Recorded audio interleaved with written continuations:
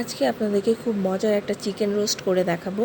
ঘরে থাকা উপকরণে এবং খুব কম মশলায় কিভাবে এই রোস্টটা আপনারা করতে পারবেন সেটাই আমি আপনাদেরকে দেখাচ্ছি। আর এই রোস্টটা একটু ঝাল ঝাল টাইপের হবে, খেতে কিন্তু খুবই মজা লাগে। যারা একটু মিষ্টি টাইপের রোস্ট পছন্দ করেন না তারা কিন্তু এটা ট্রাই করতে পারেন।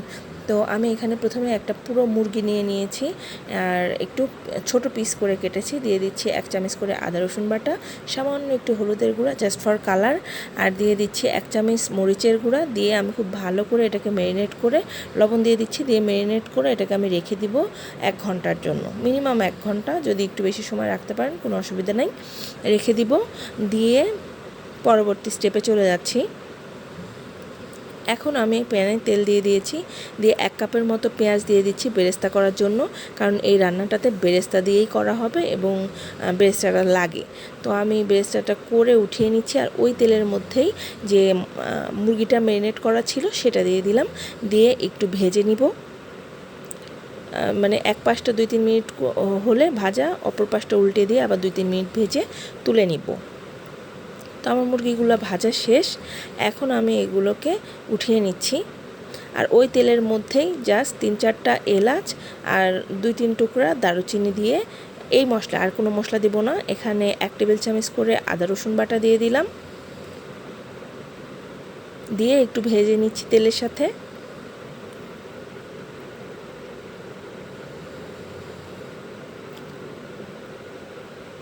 ভাজা হয়ে গেলে এখানে আমি বাদাম বাটা ইউজ করছি, চীনা বাদাম বাটা আমি 2 টেবিল চামচের মতো দিয়েছি। দিয়ে এটাও আমি তেলের সাথে খুব ভালো করে ভেজে নিচ্ছি।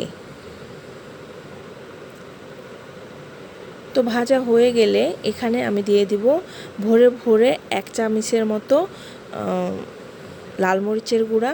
এই রোস্টটা যেহেতু একটু ঝাল হবে এই কারণে আমি এখানে লাল মরিচের গুঁড়া দিচ্ছি, এবং একটু ভেজে নিয়ে এখানে সামান্য একটু পানি অ্যাড করে দিচ্ছি যাতে মশলাটা পুড়ে না যায়। এখন দিয়ে দিচ্ছি ধনিয়ার গুঁড়া 1/2 চামচের একটু বেশি, দিয়ে এটাকে একটু নাড়াচাড়া করে যে ভাজা মুরগিগুলো ছিল সেগুলো দিয়ে দিচ্ছি। পিসগুলো দিয়ে খুব ভালো করে মশলার সাথে আমি মিক্স করে নিব, সামান্য একটু সময় ধরে কষিয়ে নিব। চুলার আঁচটা আমার মিডিয়ামে ছিল। কষানো হয়ে গেলে এখানে আমি 1 কাপের মতো পানি দিয়ে দিচ্ছি, খুব বেশি পানি দেওয়ার দরকার নেই। ঝোলটা ফুটে উঠলে এখানে যে বেরেস্তা করছিলাম সেখান থেকে হাফ বেরেস্তা দিয়ে দিলাম, দিয়ে একটু নাড়াচাড়া করে এটাকে আমি আরও 10 মিনিটের মতো রান্না করে নিব। ঝোলটা একটু টেনে আসা পর্যন্ত ওয়েট করব। তো এই তো 10 মিনিট পরে এখানে আমি লবণ দিয়ে দিলাম সামান্য, আর দিয়ে দিচ্ছি হচ্ছে গুঁড়া দুধ 3 টেবিল চামচের মতো দিয়েছি। দিয়ে একটু নাড়াচাড়া করব, আর এরপরে ঢাকা দিয়ে রান্না করব আরও 10 মিনিটের জন্য। আর তখন কিন্তু চুলার আঁচটা মিডিয়াম টু লোতে থাকবে। 10 মিনিট পরে যখন ঝোলটা একটু গাঢ় হয়ে যাবে তখন আমি এখানে কয়েকটা কিশমিশ, কিছু আলু বোখারা আর 3-4টা কাঁচামরিচ দিয়ে দিচ্ছি। এগুলো দিয়ে আমি একটু নাড়াচাড়া করে এটাকে আরও দমে রান্না করব, মানে একদম লো হিটে রান্না করব কিছুক্ষণ। রান্না করার পরে এখানে দিয়ে দিচ্ছি 1 চামচের মতো ভাজা গরম মশলার গুঁড়া, দিয়ে নাড়াচাড়া করে এটাকে আমি দমে আরও 5 মিনিটের জন্য রান্না করে নেব। তাহলে কিন্তু রান্নাটা অলমোস্ট ডান হয়ে যাবে। লাস্ট ফিনিশিংয়ে একটু লবণটা চেক করে নেব, আর যে বাকি বেরেস্তাটা ছিল সেটা এখানে দিয়ে দিব। হাফ বেরেস্তা কিন্তু আমি আগে ইউজ করেছি, আর হাফটা এখন দিয়ে দিলাম। দিয়ে নাড়াচাড়া করে একটু দমে রেখে নামিয়ে ফেললেই কিন্তু রোস্টটা রেডি হয়ে যাবে। আর এটা খেতে যে কি দুর্দান্ত লাগে আমি আসলে বলে বোঝাতে পারবো না। আমার বাসায় এটাকে হিট রেসিপি বলতে পারেন। আমার হাজব্যান্ড তো খুবই পছন্দ করে, কিছু হতেই এই রেসিপিটা সে বানাতে বলে যে শারমিন এটা বানাও।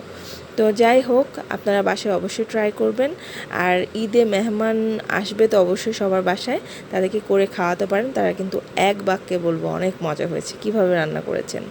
তো ভালো থাকবেন সবাই। ভিডিও যদি ভালো লাগে অবশ্যই একটা লাইক, কমেন্ট, শেয়ার করে যাবেন।